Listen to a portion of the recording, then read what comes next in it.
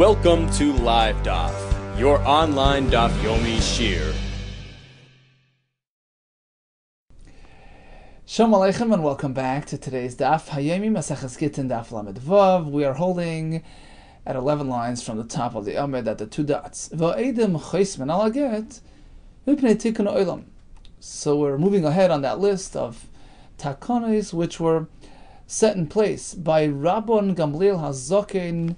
Why mipnei tikkun olam? For the betterment of the community. One of those takonos were that the Edom will actually sign their names on a get. Asks the Gemara, well, that's required, that's critical, that's not just an extra credit. Mipnei tikkun olam. The reason is for the tikkun olam, that's required min haTorah. The Chsiv, we have a pasuk in Sefer Yirmiyah where Yirmiyah Hanavi foretells the future. Klal Yisrael will return to Yerushalayim, to Eretz Yisrael. They'll purchase land and draft documents as verification for those purchases. V'kosoiv b'sefer v'chasoim. A legal document requires signatures on the actual document. So why are we saying chasima edem only mipnei tikkun olam? Amar Rabba leitzrich. Apparently, we are speaking according to Shitas Rabbi Elazar. Rabbi Elazar, the Amar Edom is Sirakarti.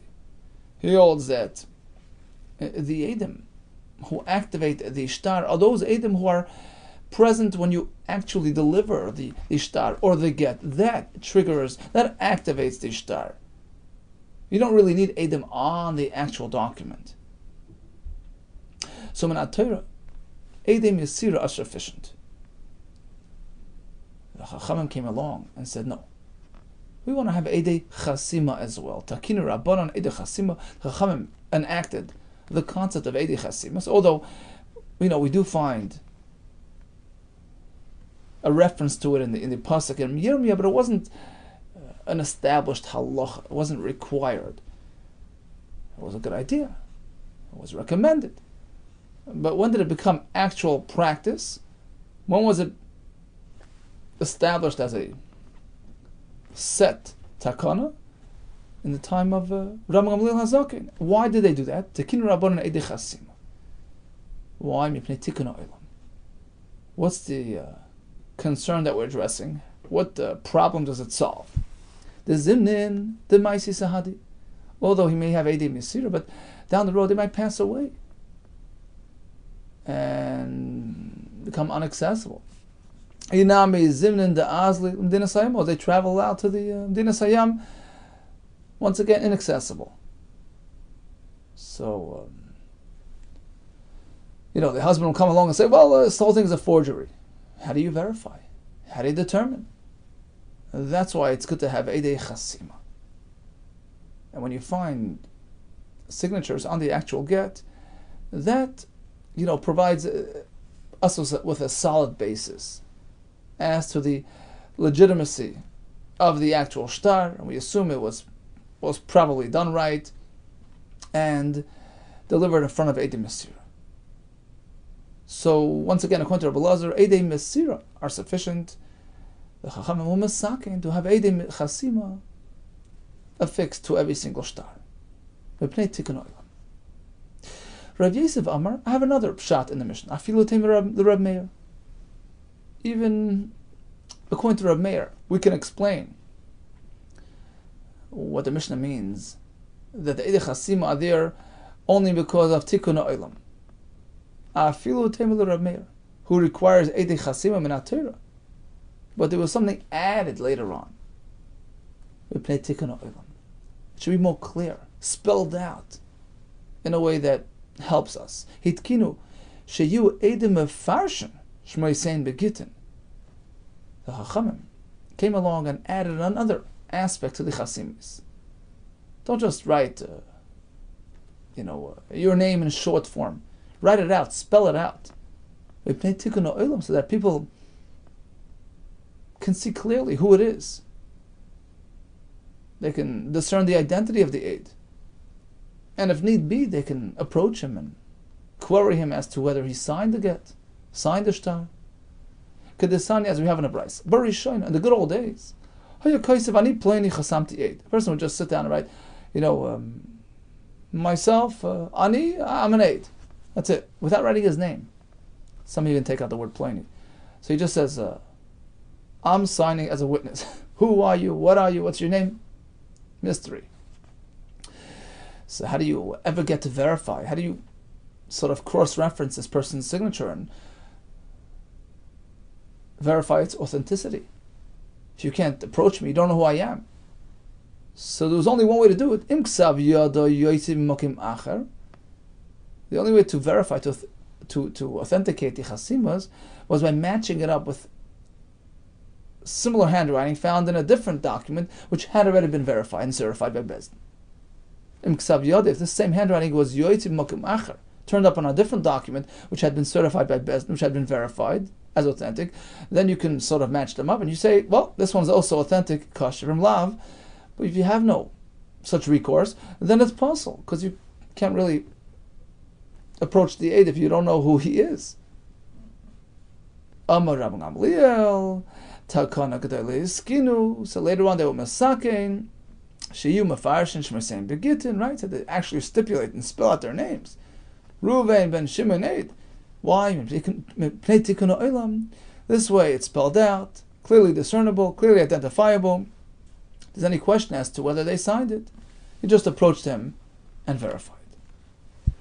So we have two pshatim in the Mishnah, which says that the Eidei Chasima are there mipnei tikkun ha'olam. Either it's Rabbi Lezer, Eidei Mesira Karti. Why do we have Eidei Chasima? As a bonus. Or it's Rabbi Meir. And we just mean to say that the tikkun ha'olam required more specifics and more details in terms of their identity. Asks the Gemara, so you mean that nowadays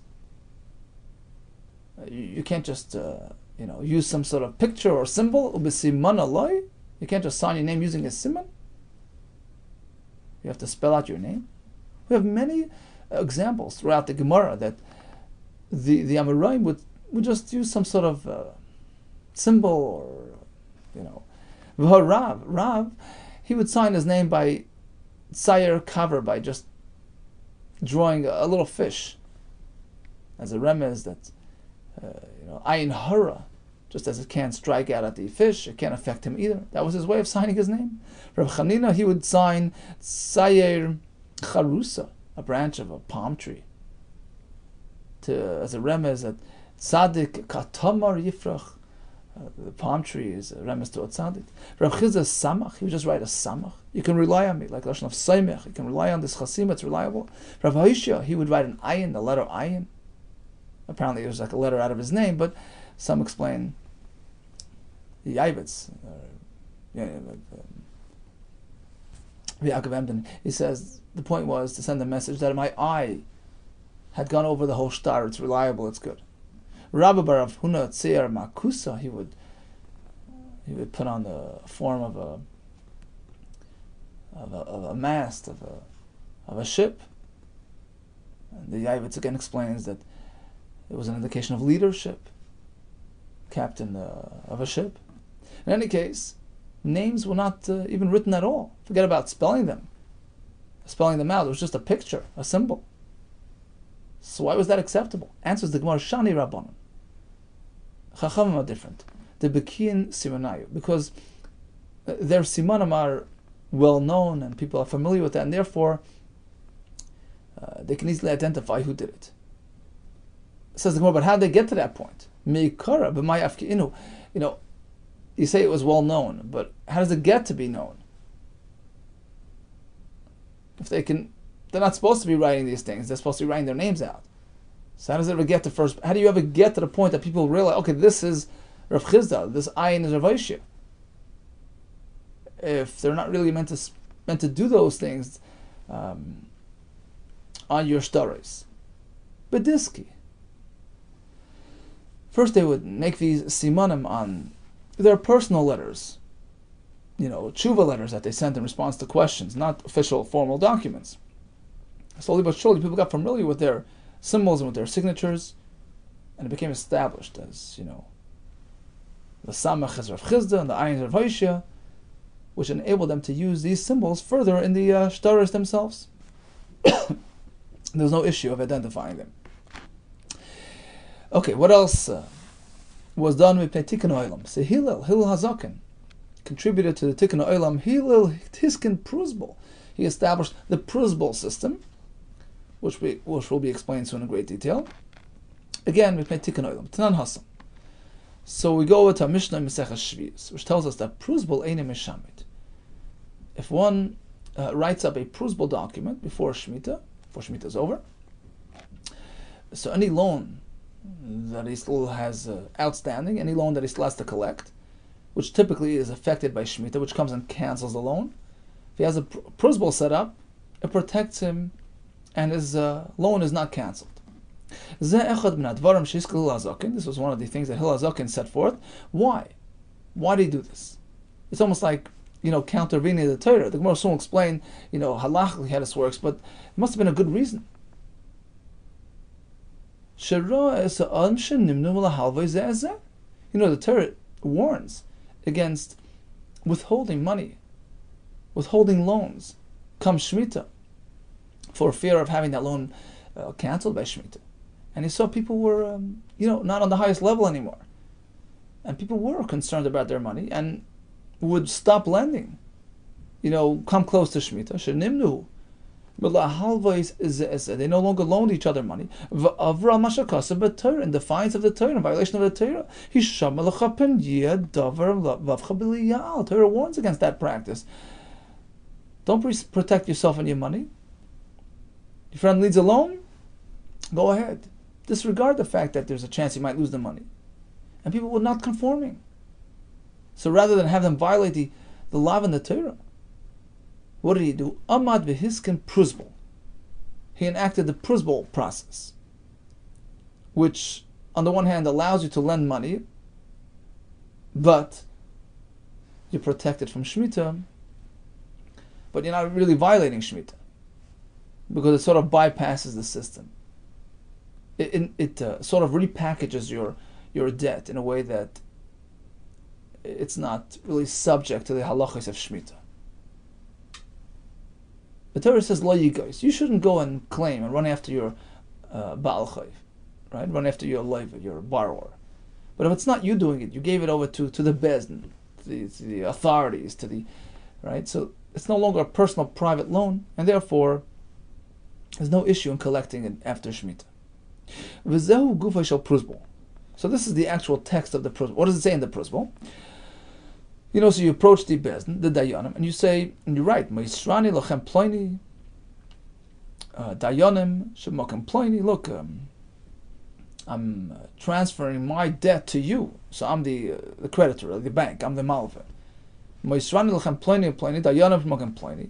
I'm hereby transferring the chayiv, the claim, to you and you, who are the dayanim in this town, shekol chayiv sheyesh li etzel ploni, so that any debt that I have against somebody, shegvenu kol man she'ertza, this allows me to collect whenever. V'dayanim chayis milmata or edim, and who signs on the bottom, either the dayanim or the edim.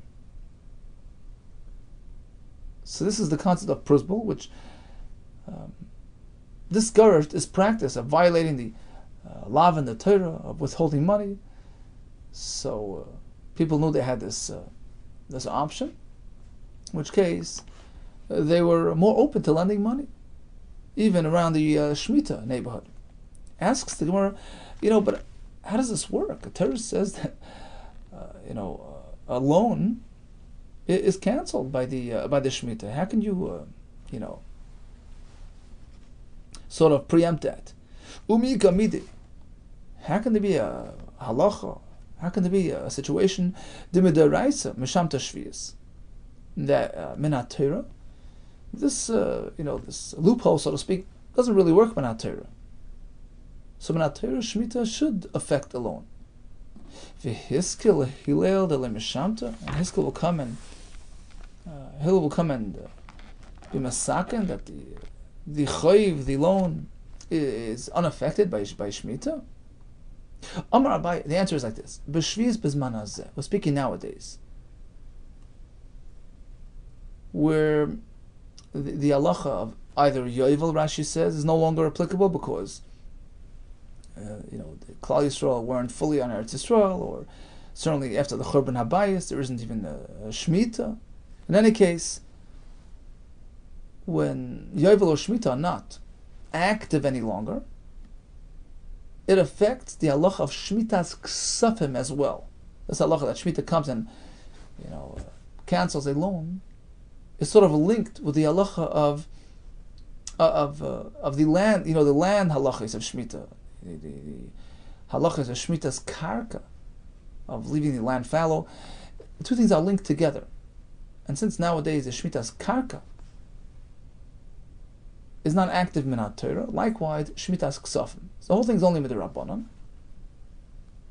So although we sort of keep the halachas, we maintain the Shemitah even bizman hazeh, but it's only the rabbanon, and therefore we can very well understand that the rabbanon have the power to sort of circumvent their own din using this prusbol system. Okay, let's just go step by step. So Abaye says b'shviyus bizman hazeh. It's nowadays. For Rabbi, we're following Shitas Rabbi, who says that it's all midrabanan. The Sanya Rabbi Omer v'zed dvar hashmita shamait. So the pasuk makes sort of a double reference to Shemitah. B'shtei Shemitah hakasav medaber. It's a double reference to both aspects of Shemitah. Achas Shemitah's karka, the land Shemitah, v'achas Shemitah's ksafim, the financial aspect of Shemitah, and they're linked together. They're dependent on each other. Bizman shata meshamet karka. Only when Shemitah's karka is in effect, when Kedushas Haaretz was intact, and they had to leave the land fallow. Ata meshamet ksafim. Likewise, you apply Shemitah's ksafim to the loans and debts. Bizman she'i ata meshamet karka. But nowadays, when Rashi says batla Kedushas Haaretz, Shemitah's karka is no longer active. Ata meshamet ksafim. The same happens to Shemitah's ksafim. That's minat Torah. However, v'tkin rabbanon, this is shamit. So although the rabbanon were masakin, that even bizman hazeh nowadays, Shemitah's ksafim, the monetary aspect of Shemitah still is applied. Zeicha l'shviyus. Right? Rashi says, we want to keep some aspect of Shemitah in place. But since it's only with the Rabbanan, that allows for leeway. But then when Hillel saw that it's bringing more loss than gain, the downside is greater than the benefit, because by maintaining Shemitah's ksafim, people are now hesitant to lend, and they're over on the Isser. Amad v'hiskil prusbol. So to counter that, he applied the prusbol system. So sort of like, tit for tat. They made the Shemitah bizman hazeh, and they countered it with the prusbol in order to protect the actual Isser minater. Asks the Gemara, how can there be a situation? So we say that minat Torah, according to Shitas Rabbi, Shemitah does not cancel your loans, right? With kinu rabbanon that shamit, and Bezdin will come, Rabbanon will come and say, you have to cancel, you have to give up your loan. So it turns out that the borrower is really stealing minat Torah.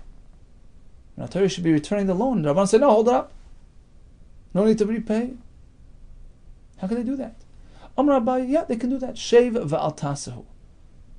It's not like the Rabbanon are telling you, do an active Isser. They're telling you, sit back and relax. It's a passive violation, so to speak, of the din haTorah. They're telling you, look, typically a loiva has a mitzvah to repay. You don't repay. They can do that. Rashi brings other examples like blowing the shofar. We don't do it on Shabbos. Shaking lulav. We don't do it on Shabbos. Although you're sort of giving up a mitzvah opportunity, Chacham have the ability to do that, as long as it's not an active violation. It's not an Isser with an active component. It's a passive Isser, and therefore it's allowed.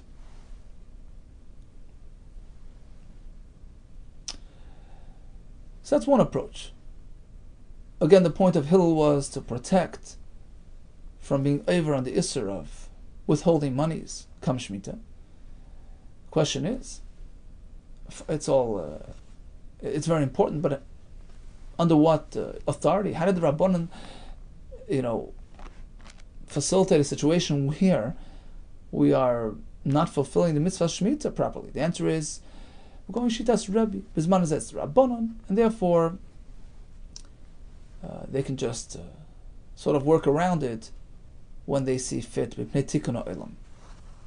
the question was, how at all can the Chacham tell us that Bizman Hazeh we should keep Shemitah and forego loans? And the answer is, they can do that. They can sort of negate a mitzvah of repaying your loan because it's only sit back, sheval tasa type of negation. So that's one approach. Rava has a different approach to the whole sugya. He's going to answer two questions with one answer. You don't have to go with it's Rebbe and Bizman Hazeh Shemitah is only the Rabbanon. We can go with Shitas Chachamim. That the concept of foregoing a loan, Shmitas Ksafim, Bizman Hazeh is Doiraisa. It's not linked to the Karka, right? So, Minatori, you have to forego your loan. Yes, and Hillel HaZaken, took note of the pitfalls, of the fact that they're withholding loans, and decided to make that prosbul. But it's going against the Torah.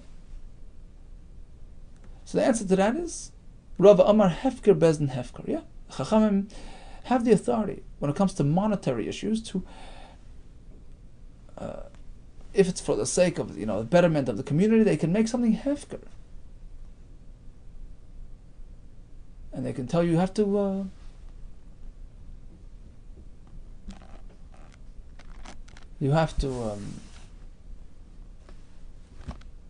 Like in this case, the prosbul allows you to collect your loan, even though in Torah you can't. So the Chacham sort of reappropriated that money. So that's one question he was coming to answer. Hefker Bezdin Hefker allows the prosbul to work. Then regarding the other question,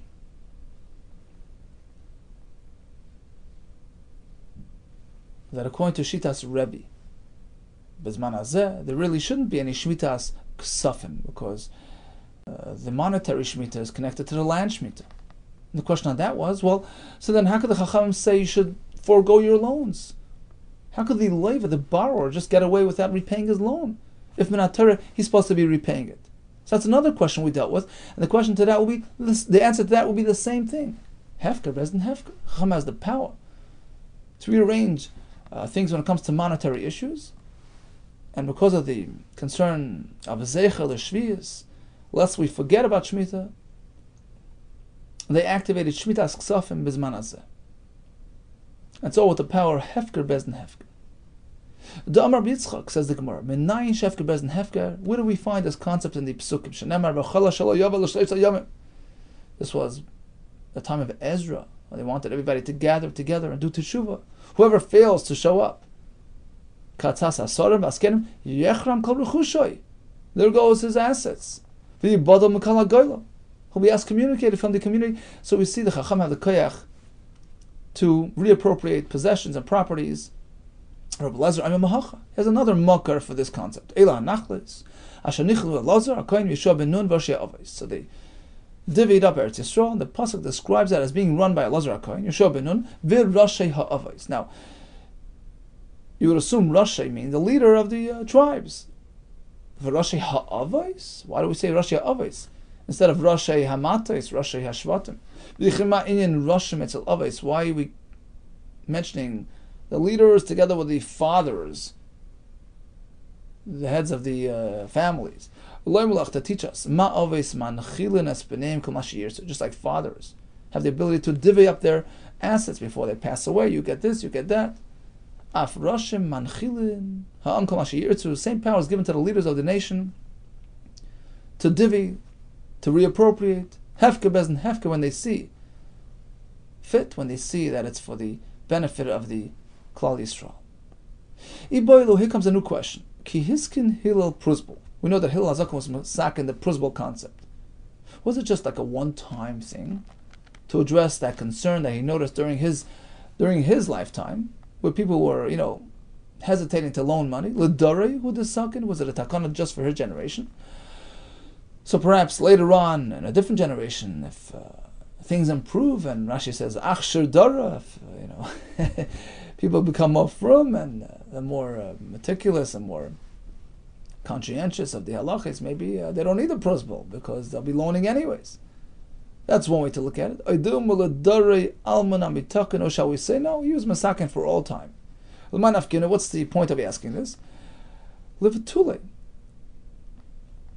Can we, if we see there's no need, let's say in a later dir, if we see that everybody is conforming, they're lending money, they don't need the prosbol loophole. Should we sit down and nullify the takana of the prosbol and deactivate the whole concept? If we assume that Hillel was specific for her generation, so come a different time and it's not needed, we can certainly cancel it. However, if he meant it for all time, then you can't do that. We know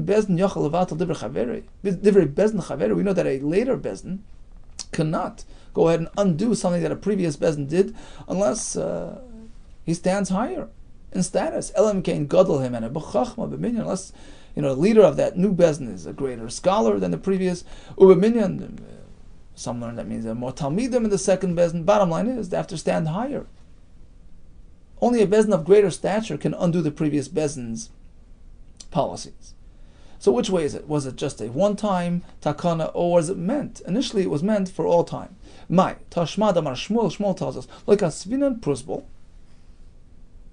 the only bezdin that can write a prusbol, the only bezdin that has the authority to do so is Ela'i, either bebeidina de surah, either bebeidina nardo. Only, these special supreme courts in Surah and Harda, Chashav Batidim, they can write prosbols. End of halach. Says the Gemara V'Yisakadaitach. L'dari Amot Namitaka. Now, if you're telling me that Hillel was masakin his takana for all generations, so why are we only limiting it to this bezdin and that bezdin? Bishar beidina namalichtabu. It can be written by any bezdin in any generation. The answer is no. Dilma, perhaps. Even though Hillel was masakin for all generations, but he requires a bezdin chashav to do that. Ki tikin Hillel l'dari almo, even though Hillel was masakin for everybody and for all generations, ki goin beidina didei, perhaps you need a special bezdin, a chashav bezdin.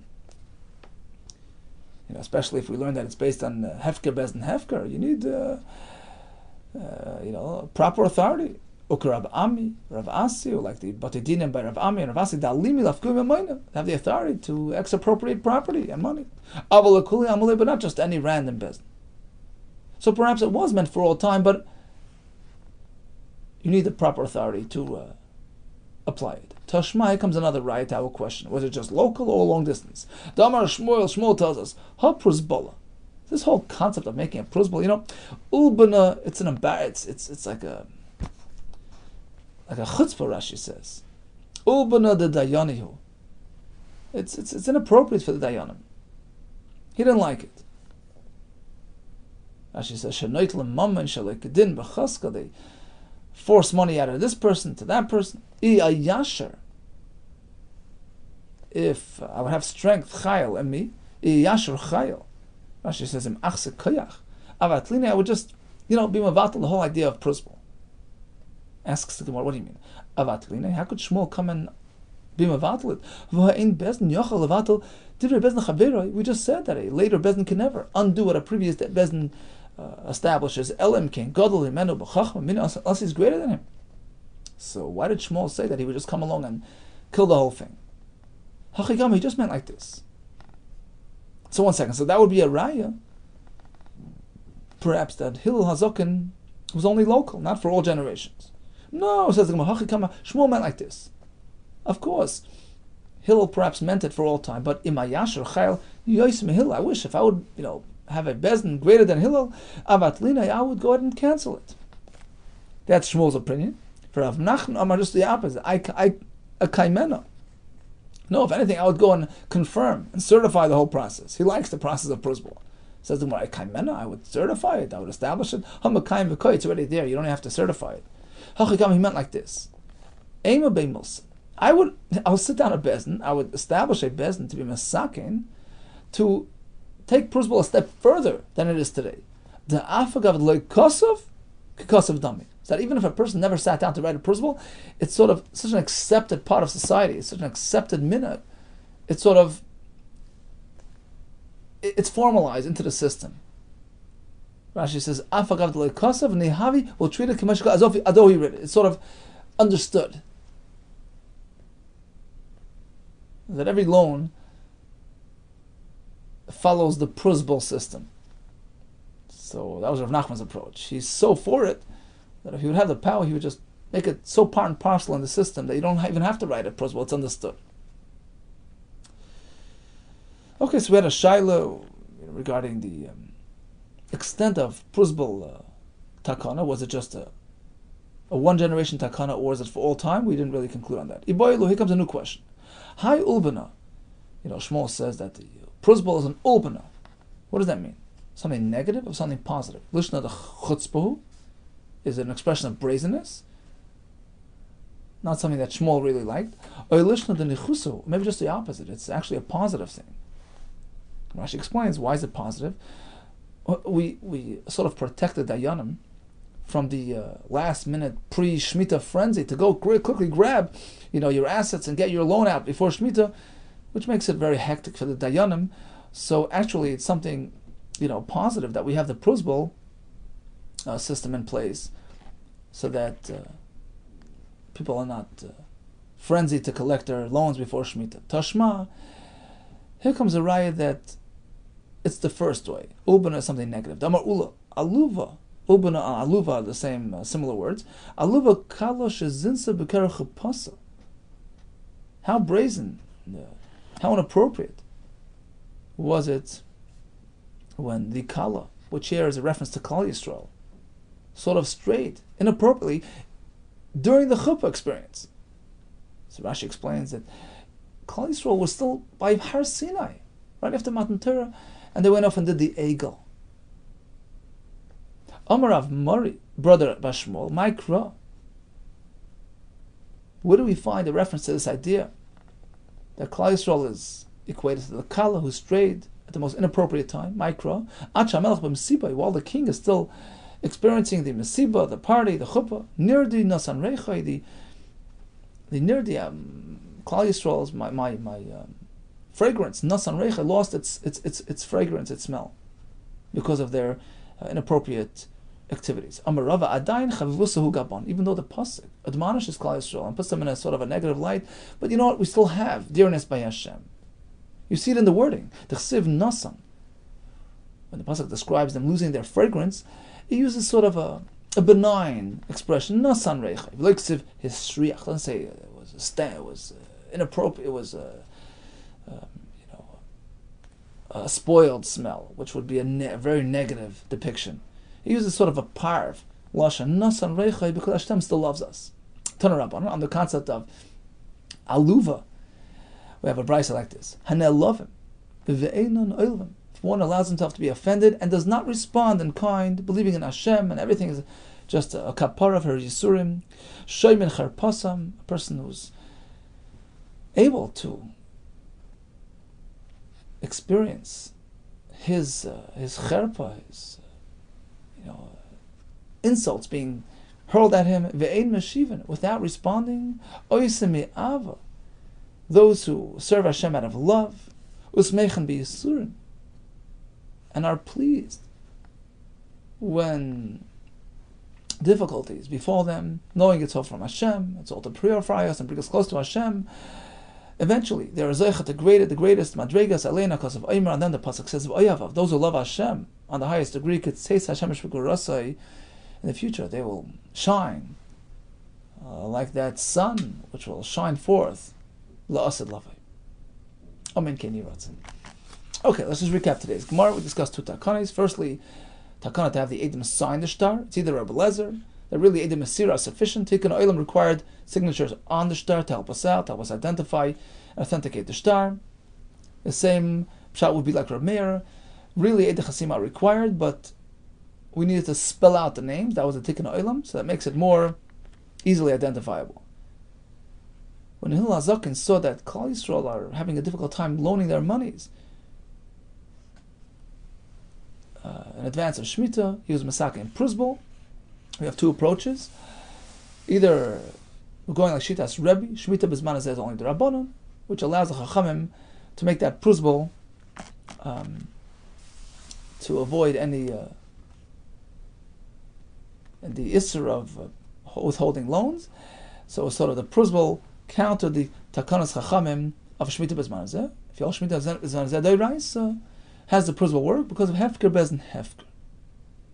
We have two sources for Hefker Bezin Hefker. We discussed the extent of Hizla Zokan's pruzbul and the greatness of one who allows himself to be offended in silence, believing it's all from Hashem. All the best to you and Hatzlacha Rabbah.